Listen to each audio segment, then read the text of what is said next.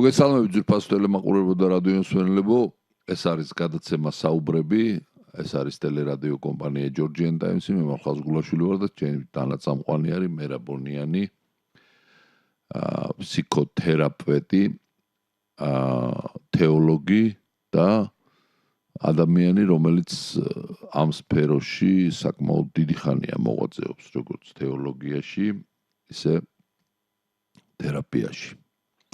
მერაბ მოგესალმები, მადლობა იმისთვის, რომ გავაგზავნებთ ამ გადაცემას. ჩვენ რამოდენიმე ფსიქოტიპი განვიხილეთ ადამიანის, მაგრამ გამომდინარე იქიდან, რომ ძალიან ბევრი დღეები დაგროვდა, დიდებული და წმინდა დღეები და ჩვენ ბევრმა მაყურებელმა შემოგთავაზა ეს იდეაც, რომ იქნება თქვენ ამბობთ, რომ სულიერებაზე და ფსიქოლოგიაზე გექნებათ საუბრებიო და ამ გადაცემას საუბრები იმიტომ ქვიაო და იქნებაო ცოტა რელიგიაზეც საუბროთ, ანუ სულიერებაზეო და შესაბამისად მათ თხოვნას უსრულებთ და უდიდესი დღეები იყო ქართველებისთვის, წმინდა ნინოს შემობრძანების დღე იყო, მანამდე ამაღლება იყო, წმინდა ნინო უზარმაზარი ღვაწლი აქ საქართველოს წინაშე აღებული, მაგრამ ბევრმა არ იცის წმინდა ნინოს ისტორია. თუ რა და საიდან და როგორ აღმოჩნდა იგი საქართველოში, ამაზე მინდა რომ ვისაუბროთ. ასევე მის მშობლებზე, თუ რამდენად დიდებული მშობლები ყავდა მას. სოსანა დედა, რომელიც პატრიარქი იუნელის და იყო იერუსალიმის პატრიარქის და ზაბულონი, რომელიც იყო ერთ-ერთი ცნობილი მხედართმთავარი რომის კარზე, რომელმაც საფრანგეთი გაანათლა და საფრანგეთის მეფე ჯერ ომში დაამარცხა და ასე ვთქვათ, ტყვეთ ჩაიგდო ხელში, შემდეგ მონათლა იგი და შემდეგ შეაწყალებინა მეფეს და რომის პაპს და ასევე ამ კვირას კიდევ არის ერთ-ერთი უდიდესი, ასე ვთქვათ, წმინდა ოჯახის ხსენება, ეს არის მეფე კონსტანტინე, იმპერატორი კონსტანტინე, რომელმაც ქრისტიანობა სახელმწიფო რელიგიად გამოაცხადა და მისი დედა ელენე. მოკლედ ერთი სიტყვით ისი არის და ერთგვარად აი ამ კალენდარშიც ისი არის ერთად ეს ყველაფერი.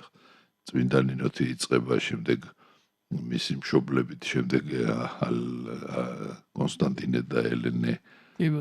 რომ ძალიან საინტერესოა და ამ თემებზე გავამახვილოთ ყურადღება. მოდი დავიწყოთ ჯერ ვინ იყო წმინდა ნინო და საიდან აღმოჩნდა საქართველოში. ძალიან საინტერესო ისტორია. მე ძალიან ადრე ხელს ჩამივარდა წიგნი, სადაც წმინდათა ცხოვრება იყო, ეს იყო ძალიან დიდი ზომის წიგნი და იქ ძალიან დაწვრილებით იყო წმინდა ნინოს ცხოვრება აღწერილი და იმდენ ინფორმაციას, სასარგებლო ინფორმაციას იღებ, რომ აი რა ვიცი, რაღაც ისეთი ძალა გეძლევა, შემართება.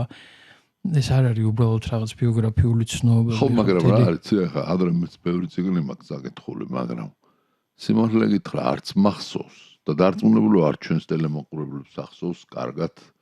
საიდან აღმოჩნდა წმინდა ნინო, ვინ იყო, რატო აღმოჩნდა საქართველოში და ასე შემდეგ და ვინ იყვნენ მისი მშობლები, ხო საერთოდ, რავი, ტუნდრა არის მე მგონი, ახლა გარდა ვიწრო წრისა, რომელიც სასულიერო სფეროებით არიან დაინტერესებული მღვდლებიან და უშუალოდ ძალიან ისეთი მყარებლი არ ამგონია რომ ბევრმა იცოდეს და მოდი განვმარტოთ, იმიტომ რომ სიცხვილეა ელემენტარულად, როდესაც ჩვენი გამანათლებელი დედის ისტორია არ ვიცით და არც სკოლაში არ ისწავლება.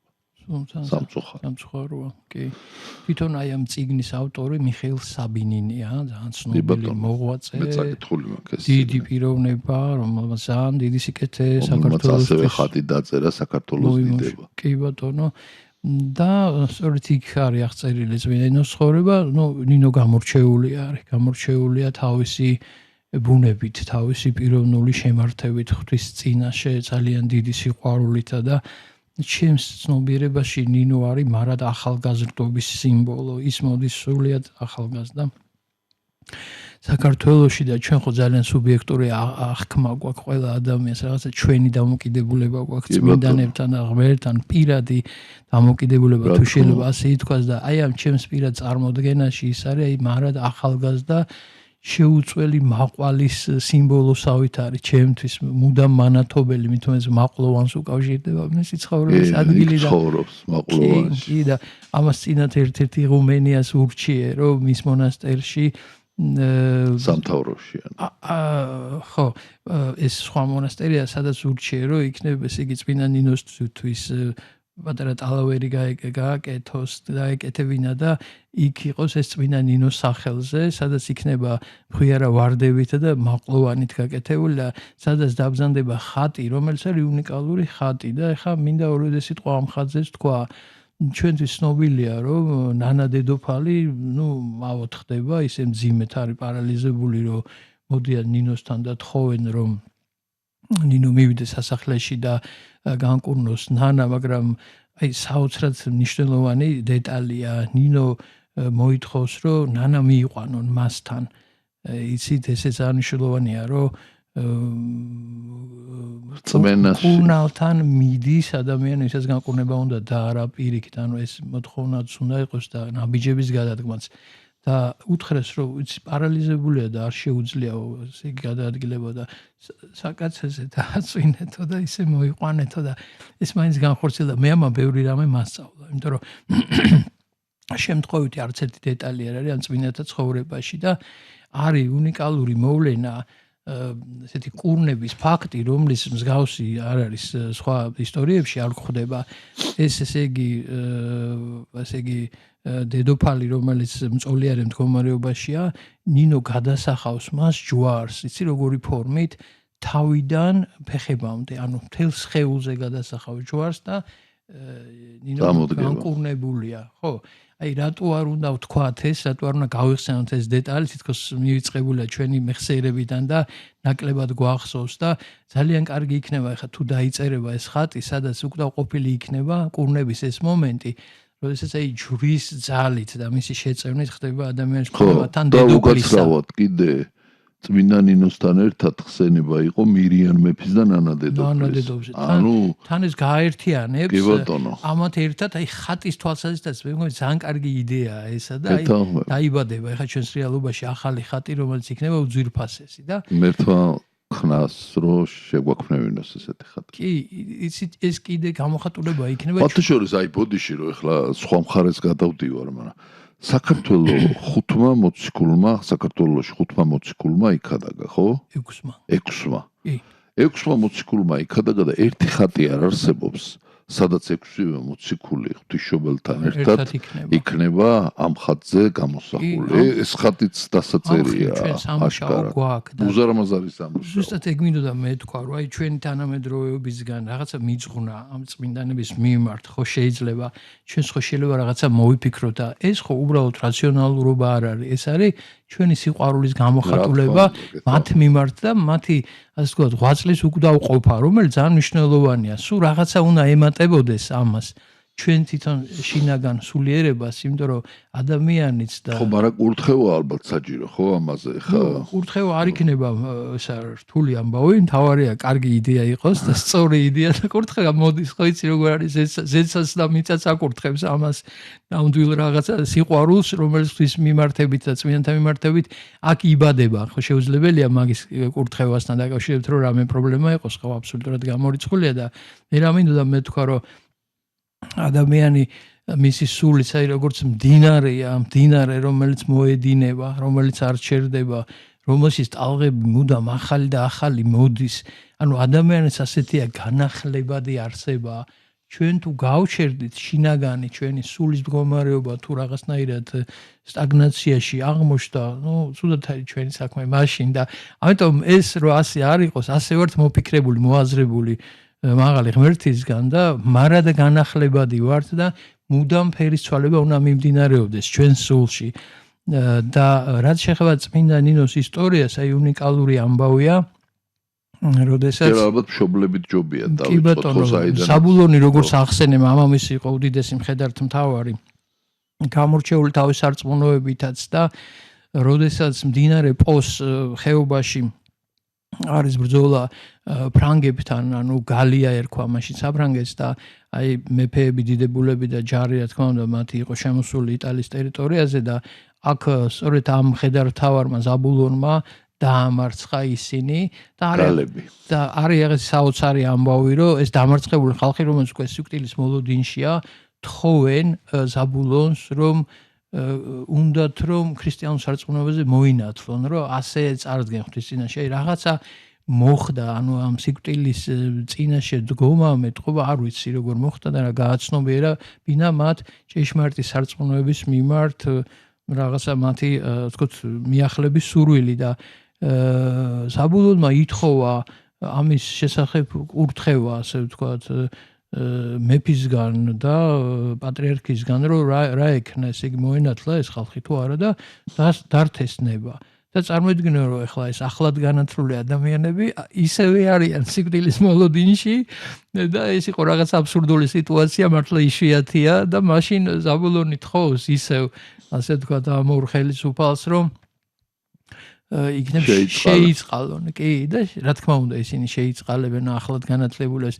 დიდი სიხარულია, დიდი ამბავია და მეფე თხოვს, რომ წაყვეს ის თავის სამშობლოში და მონათლაში დაეხმაროს და იქაც ესე მდინარეში საყოველთაო ნათლობა ხდება, როგორც ჩვენთან მცხეთაში და საგულისხმოდან მნიშვნელოვანია და ყოველთვის უნდა ახსოვდეს ალბათ ქართველობას, რომ წმინდა ნინო განმანათლებელია ქართველთა და წმინდა ნინოს მამაც ასევე განმანათლებელია ოღონდ ფრანგთა და რაღაცა თვალსაზრისით ამ ოჯახის მეშვეობით ეს ორი სამყარო, ფრანგული და ქართული სამყარო, სულიერი თვალსაზრისით თითქოს რაღაცა ვიკვეთებით რაღაცნაირად. ხო, ძალიან საინტერესო პარალელსავლებ ეხლა მე თუმეტეს კვარაცხელიას გამარჯვება ჩემპიონთა ლიგაზე.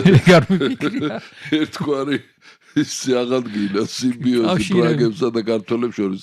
თუმცა მე მგონი ბევრმა არ იცოდა, რომ ფრანგების გამონათლებელი იყო ზაბულონი, ხო ეს დარწმუნებული ვარ და შემდეგ ამის შემდეგ გვე ზაბულონი მიდის იერუსალიმში. ამის შემდეგ ესეც საინტერესოა და ამაზეც რაღაც განსაკუთრებული დიდი ხანგრძლივი აქცენტები არ არის, მაგრამ ჩვენ ალბათ იოლად უნდა მივხვდეთ, რომ როდესაც ამ სულიერების მიმართულებით ესეც სერიოზულ ნაბიჯებს დგავს ადამიანი და რეალურად ეხა განმანათლებელი ხდება, ამ სულიერ ღვაწლში მონაწილეობას იღებს, ხდება ფერისცვალება მასშიც ისი და ის ადამიანი უკვე თვლის, რომ დასრულდა მისი მხედართმთავრული კარიერა და ის მიდის ღვთის სამსახურში და მოდის როგორც შენ ახსენე, აი ამ წმინდა ქალაქში იერუსალიმში და მთელი თავისი სიმდაბლით, მთელი თავისი დიდი სიყვარულით ცდილობს იმსახუროს იუვენალის კარზე, რომელიც არის პატრიარქი იერუსალიმისა და მისი და სოსანა ზე ქორწინდება შემდგომში, მომავალში, შემდეგ მიდიან ისინი კაბადოკიაში საცხოვრებლად, იქ იბადება წმინდა ნინო და წმინდა ნინო სადღაც ესე 12 წლის ასაკში რომ არის, თუ არ ვცდები, ახლობით ესეთ პერიოდში უკვე მას ტოვებენ მაცხოვრის საფლავი, სადაც არის თვითონ ბერად აღიკვეცებიან, მონაზვნად და ბერად აღიკვეცებიან, რომ უფალს უძღვრან თავი, საკუთარი თავი. და საოცარი ის არის, რომ ისეთი მდუმარება მათი ისტორიასთან დაკავშირებით შემდგომში, ეს არ იყო რაღაცა განსაკუთრებული აფიშირების საგანი. აი ხო არის, რომ ადამიანს სიმდაბლით უნდა ემსახუროს და ეს რაღაც დაფარულია მათი ღვაწლი, წარმოიდგინე, ამის შემდეგ არაფერი ცნობილი მათ შესახებ არ არის. და ესეც ერთ-ერთი ძალიან დიდი მახასიათებელია მათი სიმდაბლისა, აი წარმოიდგინე ეს ახასიათებს წმინდა ნინოს მშობლებს და რადგან ისინი გადაწყვეტენ რომ უძღვრან თავისი ცხოვრება ღმერთს, ნინოს მიაბარებენ მაცხოვრის საფლავი, სადაც არის იმ ტაძარში, აღდგომის ტაძარია დღეს მოგეხსენება, სარა ნიამფორთან, რომელიც არის დიაკონისა, რომელიც არის მსახური ამ ესე იგი მაცხოვრის საფლავისა და მისგან ისმენს ძალიან ბევრი ისტორია წმინდა ნინო. მათ შორის ისმენს კვართის თემაზე მონათხრობს და ეს პატარა გოგონა აღიძვრება და ასევე ღვთისმშობლის წილღთომობაზე. ცხადია ყველაფერზე, მაგრამ აი განსაკუთრებით გაუჩნდება სურვილი 6 მოციქულმა როგორი ქადაგა ივერიაში. დიახ. და ესე იგი მას აქვს ძალიან დიდი სურვილი, რომ აი ჩრდილოეთის ქვეყანა ასე მოიხსენიებს, ესე იგი სარა ივერიას, სადაც აი მცხეთაში არის მაცხოვრის კვართი, როგორც ის უყვება და აი გოგონას აქვს ძალიან დიდი სურვილი, რომ აღმოჩნდეს ივერიაში და თაყვანის წებს ამ კვართს, მაგრამ მე მისი ცხოვრება ისე მიემართება, წარიმართება, რომ ის მიდის რომში, რომის სამეფო ოჯახის მოსაქცევად, რასაც თხოვენ სამეფო კარიდან და როდესაც რომში და გაჩერდება, იქ ცხოვრობს 50 ქალწულთან ერთად, რომლებმაც ღმერთს უძღვნეს თავისი ცხოვრება.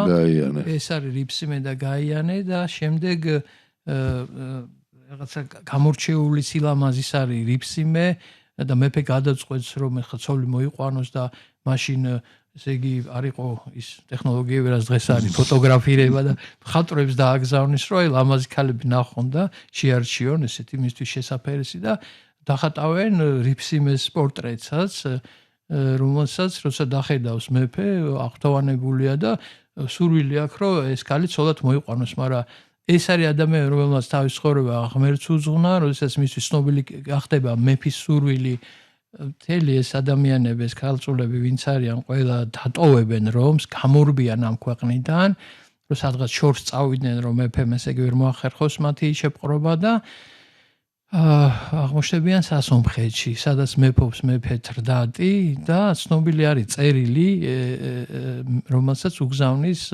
რომის იმპერატორი სომხეთის მეფე თრდატს და ეუბნება იმ წერილში, აუწყებს, რომ ესე იგი აი დაძებნოს მთელს ქვეყანაში ეს ქალები და უკან დაუბრუნოს და მე ხდება ესეც საოცარი ამბავი, რომ ესე თრდატი იხილავს რიფსიმეს თვითონაც რაღაც საოცრად შეუყვარდება.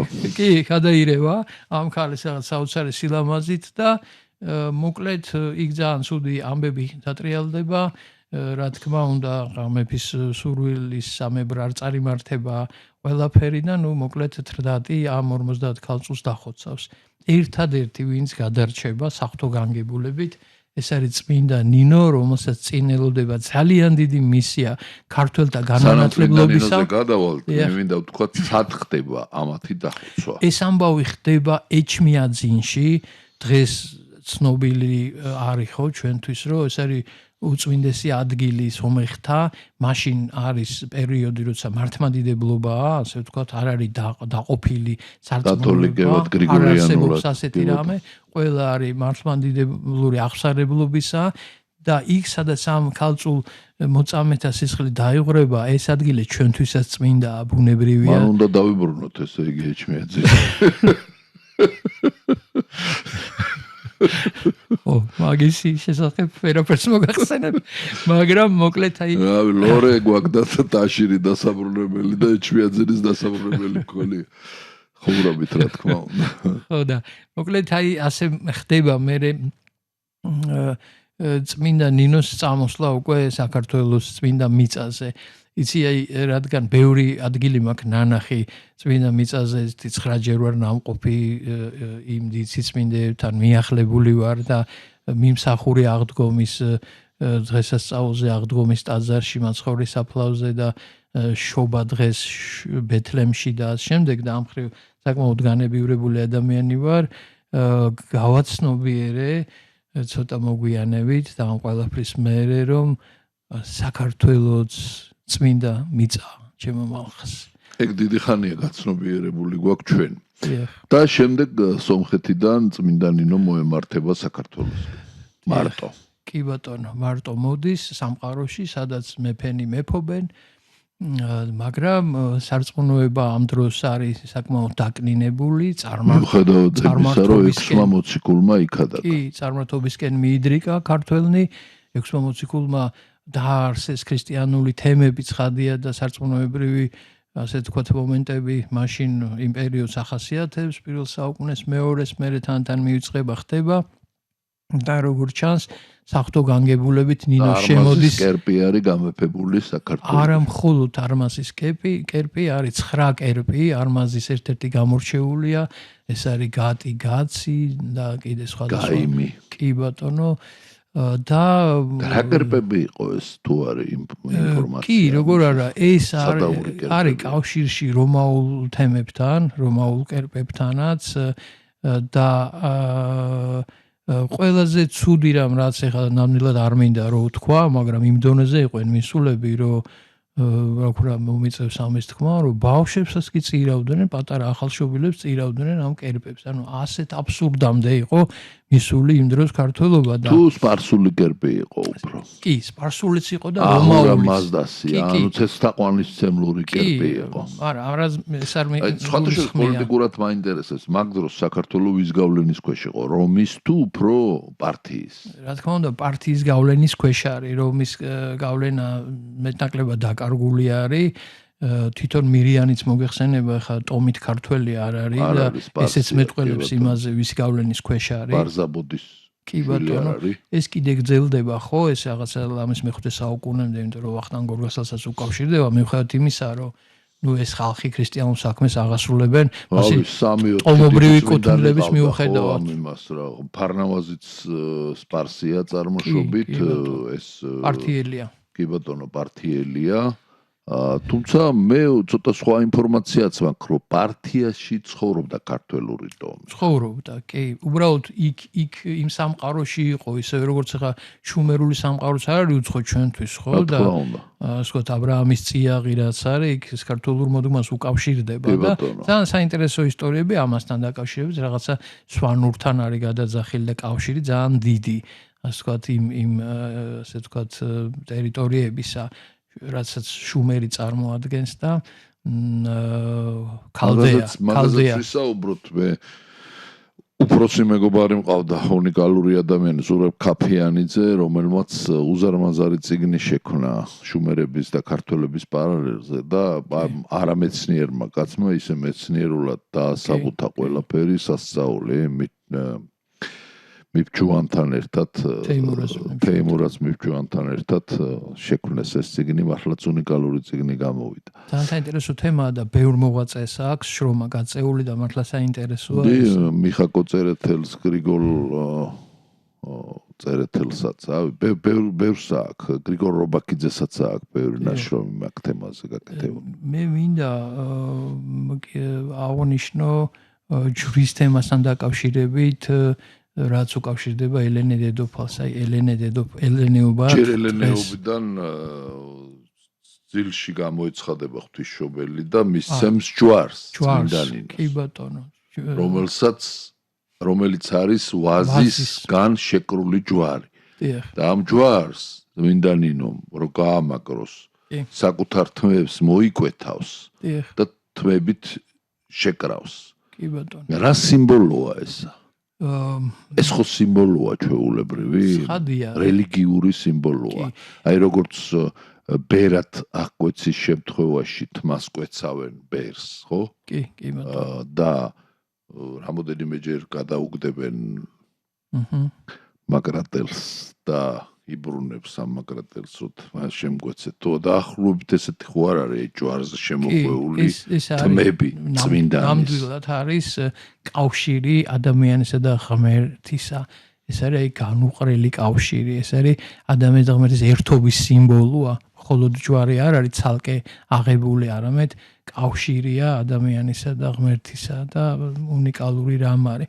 ეს თითქოს აი ჩვენს ძალიან კარგად, ძალიან ღრმად ვართ დაკავშირებული, ხო, ნებისმიერი ქართველი ღვთაებრივ იდეასთან, ღვთის მადლთან, ღვთის სიყვარულთან და სასუეებლობასთან, მის მოიმედოდებასთან და უდიდეს თაყვანისცემასთან და თავგანწირვასთან, რაც ახლა არაერთხელ დაუდასტურებია ქართველებს თავის ისტორიის მანძილზე, თუნდაც 100,000 მოწამის თემა რო ავიღოთ.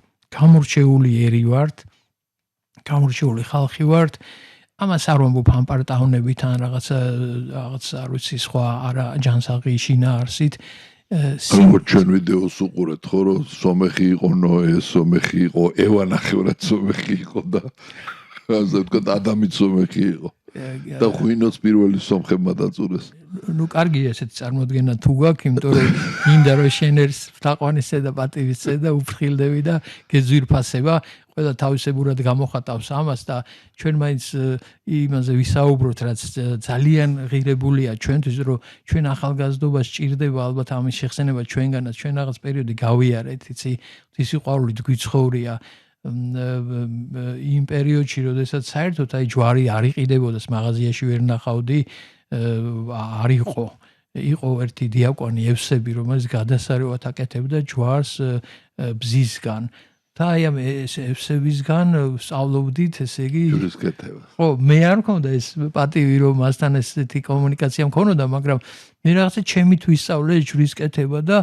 ამის ინსპირატორი იყო სოხუმის ეკლესიის წინ მათხოვარი ქალი, რომელიც მოწყალებას ითხოვდა, მაგრამ რაღაცა მაღალი სულიერების ადამიანი იყო და ეს სიმდაბლის გამო ითხოვდა და არა იმიტომ რომ რაღაც ამით სურდა რაღაცა სახკარის აშენება თუ სასახლეების, არა, აბსოლუტურად განსხვავებული სულიერი ცნობიერების ხალხი იყვენ და როდესაც კამანში იყო ამოსული ის აი ამ წმინდა ადგილზე, სადაც წმინდა ვასილისკო აწამეს თეოდორე ტირონის ძმისშვილი მეოთხე საუკუნეში და ეს უნიკალური ადგილი გვაქვს ჩვენ აფხაზეთში, რაღაცა საოცარი ადგილია, იქ ინახებოდა იოანე ნათლისმცემლის მოკვეთილი თავი, წარმოიდგინე, ესე იგი რამხელა სიწმინდები იყო და იოანე ოქროპირი მან დაღესრულა. სიმონ კანანელიც ხო? სიმონ კანანელიც ცხადია, კი ბატონო და რაღაცა უნიკალური სამყაროს მატარებლები ვარ და ამ ქალმა მითხრა, რომ შენო ჯვარი უნდა გამიკეთო მეო. არანაირი ჯვრის კეთება არ ვიცოდი საერთოდ და ესე იგი მისი მოთხოვნა, ნუ რა თქმა უნდა სერიოზულად ვერ მივიღე და რო ჩავედი სოხუმში დამხვდა კარებთან. ნუ ვატაშორის და ჩვენ ტელემოყურებელს უნდა უთხრათ, რომ ჩემს მცირეწლოვან შვილებს მერაბმა ასწავლა ხეზე კვეთა და ხატი გამოკვეთეს წმინდა გიორგის, რომელიც რუდუნებით გვყავს დაბრძანებული სახლში. გაიხარე მალხას და ესე იგი რო დამხვდა ეს ქალი მითხრა რომ ნუ მოიტანეო როქე ჯვარი და არა მეთქი მევთხარი და შემდეგ კვირასო ველოდებიო და ეს ისეთი ნათქვამი იყო რომ შანსი არ იყო რომ არ გამეკეთებინა ვიცოდი თუ არ ვიცოდი და ბედად ჩემს მეუღლეს ჩანთაში ჩაუგდია საჭრეთელი იქ რომ მივდიოდით სოხუმში და ამ საჭრეთლით დიდი წვალებით გავაკეთე პირველი ჯვარი და ჩაუტანე მას და როდესაც მივართვი ეს ჯვარი შემდეგ კვირას მან ის ხურდები რომელსაც ის იღებდა ხურდები მოუნცა გასამჯელოს და მე უარის თქმა მინდოდა და ჩემმა მეუღლემ მითხრა რომ გამოვართვი ეგო წმინდა ფულიაო და მაშინ პირველად გავიგე წმინდა ფული თუ არა ეგეთი ცნება ეს საოცარი ისტორიები აი ჩვენის აი ამას ყვები ხო შეიძლება ადამიანები ხო აი ეს რა სალაპარო ყარა მოსაყოლია მაგრამ ძალიან ძვირფასი და მნიშვნელოვანია იმიტომ რომ გვიყვარს ჯვარის თაყვანისმცემლები ვართ ღვთის და ყველა ნაბიჯი რომელსაც ვდგავთ უფლის სადიდებელად ჩვენთვის არის ძვირფასი იმიტომ რომ ადამიანი უკვდავის სულის მატარებელია და არ არსოდეს დამოვიწყება და შენც ალბათ კარგად გახსოვს მამა გაბრიელის საფლავზე წარწერა იყო ასეთი სხვა წარწერა კი არ იყო ესე იგი რომ ჭეშმარიტება ესე იგი სულის უკვდავებაშია გახსოვს ალბათ ხო რა თქმა უნდა რამხელა ენერგიის და ძალის მომნიჭებელს გახსენებს რომ მარადიული სულის ხარ ადამიანო და ღვთის მისი ნათლით და სიყვარულით ხარ მოქსოვილი ასე ვთქვათ და არსებობ და არ დაარღვე ეგ პერანგი მიუძღვენი მასაც რაღაც შენი სიყვარულის აი ჩვენ წმინდა ნინოს რო დაუბრუნდეთ წმინდა ნინო შემოდის საქართველოში ახალ ქალაქიდან თუ ახალ ციხიდან რომელია უფრო ფოკას ტერიტორიებით ხო ანუ ახალ ქალაქი დიახ ახალ ქალაქი კი და როდესაც შემოდის მესხეთი ჯავახეთიდან შემოდის მაშინ თოვლიდებს და გაუკვირდება რომ ესეთი ამინდი ამ ზაფხულში ხო რა პირველი ნის არის შემოსული ხო წმინდანი ხო და ცივა წარმოიდგინე ამ დროს და შემდეგ შემოდის მცხეთაში და ნახულობს ამ კერპებს, კაცის, გაიმის, არმაზის და იწყებს ასე ვთქვათ გოდებას და ლოცვას იწყებს.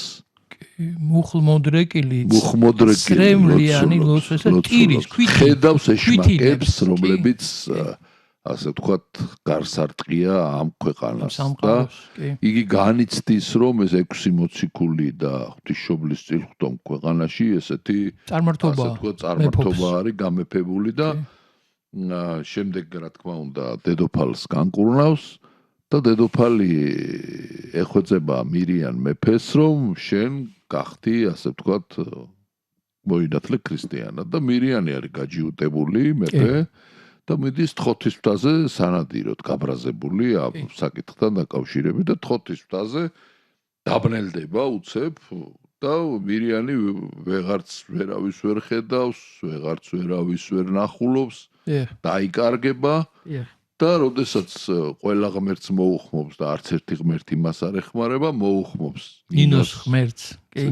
ღმერთს და ნინოს ღმერთი გამოუჩენს ნათელს და შემდეგ ჩამოდის და მთელ ერს ნათლავს. კი, თვალს აუხელს და სიმბოლურია, ძალიან საინტერესოა. იგივე ხდება, რაც სავლესთან, პავლე მოციქულთან ხდება. კი ბატონო. როდესაც ღმერთი ეუბნება სავლეს, რომ სავლე რატომ დევნი მე, ხო? ის არის, მიმდევარი თავის არწმუნოების და იუდეველია, ასე ვთქვათ, ჭეშმარიტი და ქრისტიანობა რაღაც აბსურდად მიაჩნია, ამიტომ ის თავისას იცავს ამ გულხურვალეთ. მაგრამ მიუხედავად ამ თავის გულხურვალებისა, სერიოზულ ცდომილებაშია. თუ არა ღმერთი ვინ აუხელდა მას თვალს და იმ მსგავსი რამ მეორდება საქართველოში და რაღაც საოცარი არის ეს ჩვენი მიწაც, იმიტომ ახსენე გამორჩევით განსაკუთრებით წმინდა მიწაა და ჩვენ რაღაც ალბათ განსაკუთრებულობით უნდა ვამბობდეთ ამ ყველაფერზე და რაღაცა სხვა შინაარსით და სხვა სულიერებით. ჩვენ რომ მოვასწროთ ალექს კონსტანტინეს და ელენეზეც მოვასწროთ უნდა საუბარი. კი ბატონო. კონსტანტინე და მეფე კონსტანტინე, იმპერატორი კონსტანტინე ჯვარი გამოესახა ერთ-ერთი ბრძოლის დროს და ეუწყარო ამით ძლევ. უფალმა უთხრა რომ ამით ძლევ. და ამის შემდეგ მან დაიწყო ღვთლების განთავისუფლება გადასახადებისგან, ეპისკოპოსების პატივისცემაში მოყვანა და ფაქტიურად ქრისტიანობა, რომელიც იდევნებოდა წინამორბედებისაგან, აღიარა მან და სახელმწიფო რელიგიად გამოაცხადა. და ამას წინ უძღოდა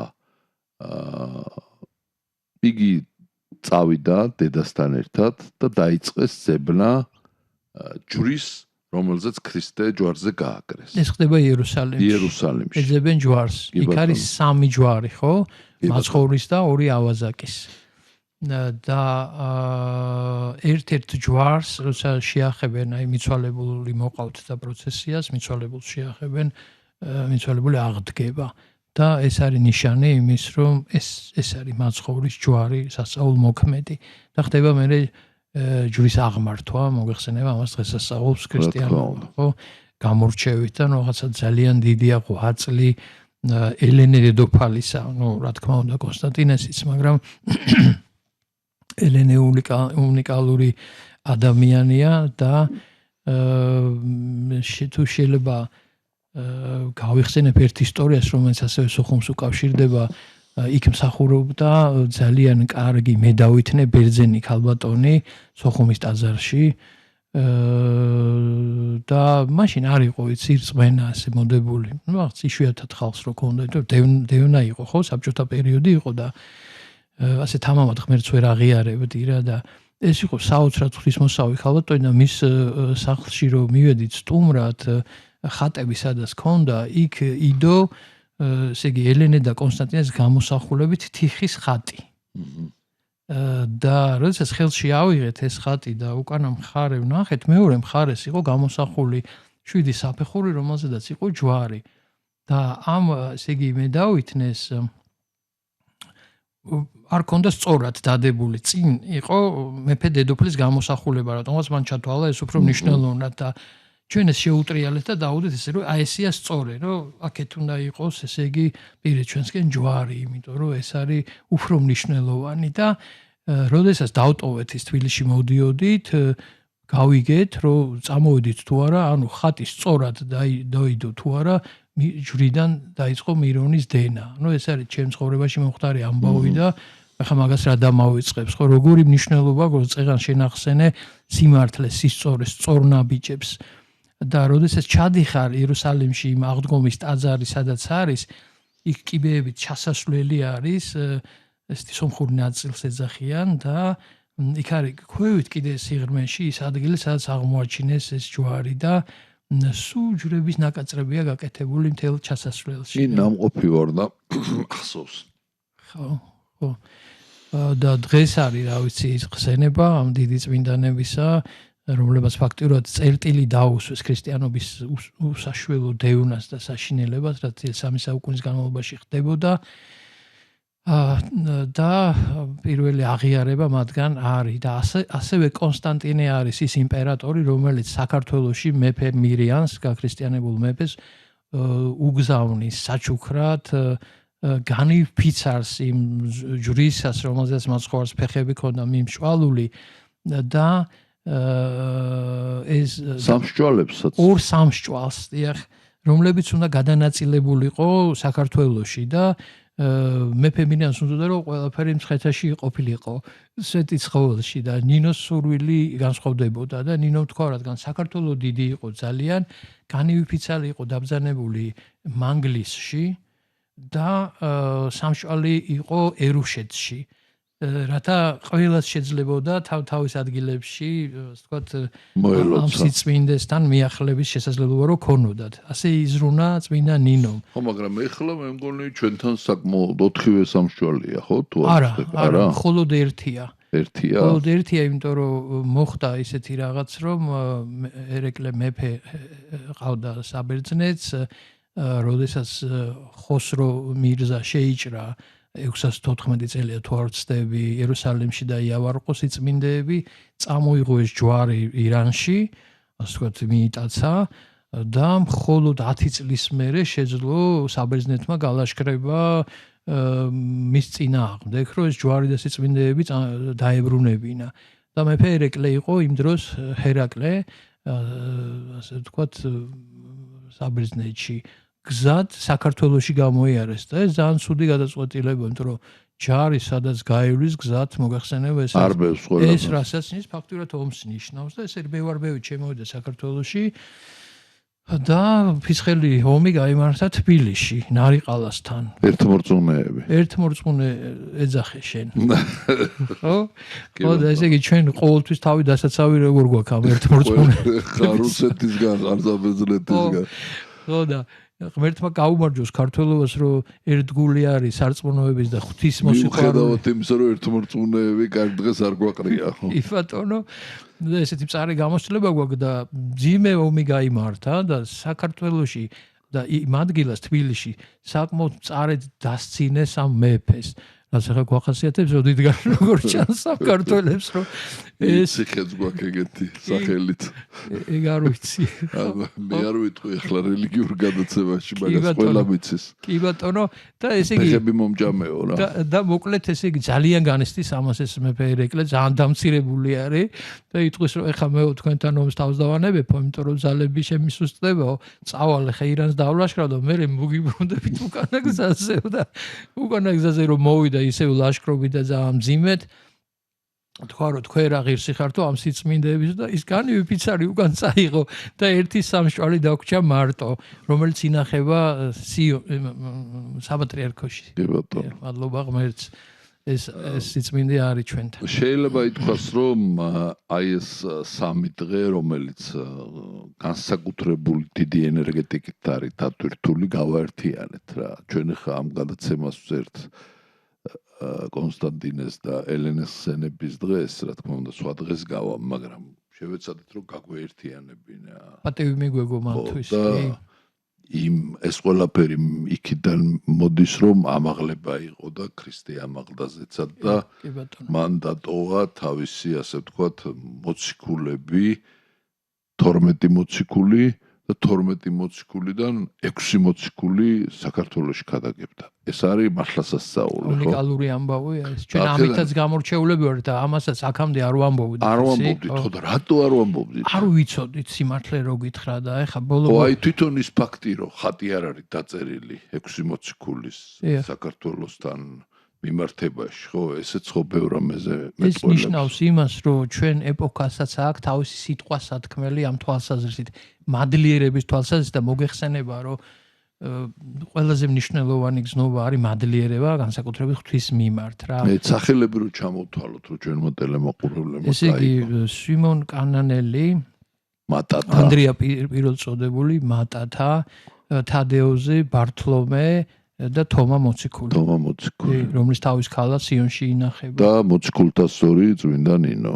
წმინდა ნინო, ეს არის საოცრება, ეს არის დღესასწაული. მე 7 გამოდის უკვე მოციქულთა სწორთან ერთად. მოციქულთა სწორია, უშუალოდ მოციქულები იყვნენ, ისინი იქაც იყო, ასე ვთქვათ, 70-თაგანი და ასე ვთქვათ, უშუალოდ მოციქულები. და რა ვიცი, აი ჩვენ მართლა ღვთივკურთხეული სამყარო ვართ, თუნდაც ამ ხრივ ისიც რომ ერი ასურელი მამები მოდიან ჩვენს გასამტკიცებლად ეს ყოვლადწმინდა ღვთისმშობელს უკავშირდება და ზრუნვა საქართველოზე არ წყდება ზეციერი სამყარო და გვავიწყდება ეს სულიერი მემკვიდრეობა როგორ ფიქრობ შენ რისი ბრალია რომ გვავიწყდება სულიერი მემკვიდრეობა რისი ბრალია რომ აი ეს ყველაფერი ადრე ჰაგიოგრაფიულ და ჰიმნოგრაფიულ ნაწარმოებებში იყო შენარჩუნებული და განათლების სისტემამ ესეც ამოიღო ხო ეს ანუ სულიერი სწავლება ვინ იყო ქართველი და რას წარმოადგენდა თუნდაც გიორგი მერჩულესი იყო თუ გრიგოლ ხანძთელის თუ ასე შემდეგ ეს ყველაფერი რატო ამოიღოს ხო ეს არის ძალიან დიდი შეცდომა და მე მინდა გითხრა ასეთი რამ რომ არის მძაფრი ბრძოლა იქ სადაც არის სიწმინდე ჩვენ სამყაროში დიდი სიწმინდეა დავანებული საოცრად დიდი ეს არის ღვთის უდიდესი მადლი, რომელსაც ჩვენ ასე ვთქვათ, კარგად გვგრძნობთ და განვიცდით, სადაც არის დიდი სიწმინდე, იქ არის დიდი ბრძოლა ეშმაკისაც. ასე რომ მე ეს ამბავი არ მიკვირს. როგორც წეგან გითხარი ადამიანი რომ დინარეს შევადარე, რომ ეს მუდმივად განახლებად რეჟიმში უნდა ცხოვრობდეს, ჩვენ ყველას გვმართებს ეს ამბავი რომ მუდმივად ხდებოდეს ჩვენი შინაგანი სულიერი ძალების განახლება ჩვენივე შემართებიდან გამომდინარე და მარად გვახსოვდეს ვინა ვართ და რანი ვართ, საიდან მოვდივართ და საით უნდა ვიაროთ. და ბოლოს მინდა ესე დავამთავრო, რომ როდესაც კვართი ჩამოაბძანეს, ქრისტეს კვართი, უკერველი კვართი, სიდონიამ ჩაიხუტა ეს კვართი და მასთან ერთად განუტევა სული. ვერანაირად ვერ განაცალკევეს კვართი და სიდონია და სიდონიასთან ერთად დაკრძალეს კვართი. და ამ ადგილას ამოვიდა ხე. ხე, რომელიც კურნავდა ყველაფერს, ფრინველები, ცხოველები, დაჭერილები მიდიოდნენ, ეხებოდნენ ამ ხეს და ინკურნებოდნენ. წმინდანი როდესაც შემოვიდა, მას გამოცხადებით ეუწყა, რომ ეს ხე უნდა მოჭრილიყო და ეს ამ სვეტზე უნდა აშენებულიყო ტაძარი. და ზუსტად ამ სვეტის კი მოჭრეს, მაგრამ სვეტი ვერ აწიეს, სანამ სვეტი ცხოველი, ხო, ეს სადაც ჩვენი საკათედრო ტაძარია. ღვთაებრივი ტაძარია, სადაც უფლის კვართია დავანებული, აი ზუსტად ეს ტაძარია და აი დიდი ხნის ლოცვის და მთელი ღამე ლოცვის და ამ ეშმაკებთან ბრძოლის შედეგად წმინდა ნინომ დაამარცხა ეს დემონები, განდევნა და ეს სვეტი ამაღლდა ზეცად. და შემდეგ აი ეს სვეტი დაედო საფუძვლად ამ ტაძარს, რომელსაც დღეს სვეტი ცხოველი ქვია. ეგ იყო გრანდიოზული სასწაული იმდროინდელ სამყაროში, მთელ საქრისტიანოში, რომლის შესახებაც ცნობა ეუწყა რომსაც და საფრანგეთსაც, ასე ვთქვათ და ელვისის სწრაფით გავრცელდა ეს ამბავი და უნდა გითხრა რომ ამ სვეტზე ზევიდან დაადგრა კიდე ვარსკვლავების გვირგვინი რომლებიც სხვადასხვა მიმართულებით წავიდა და მათ შორის ბოდბეში თოთის მთაზე და ჯვრის მონასტერი სადაც არის ეხლა და ნუ რაღაცა უნიკალური მოვლენა მოხდა აი გრანდიოზულობით სასწაულმოქმედებით გამორჩეული და წმინდა ნინომ განწმინდა სულიერად ქართული სამყარო იმ დემონთა ბატონობისგან, რომელიც მანამდე აქ მკვიდრობდნენ, ამ წარმართთა ზეობისგან და ეს დემონური ენერგეტიკა იცი საით წარმართა და გასტყორცნა? ჩრდილოეთისკენ. მოკლედ ერთი სიტყვით ჩვენი გადაცემა დღევანდელი საუბრების სულიერებაზე და ფსიქოლოგიაზე დასასრულს მიუახლოვდა. მადლობა იმისთვის, რომ ჩვენთან იყავით, მოგწერეთ და შემოგთავაზეთ თემები, ჩვენ დიდი სიამოვნებით გავშლით ამ თემებს. მადლობა მერაბ.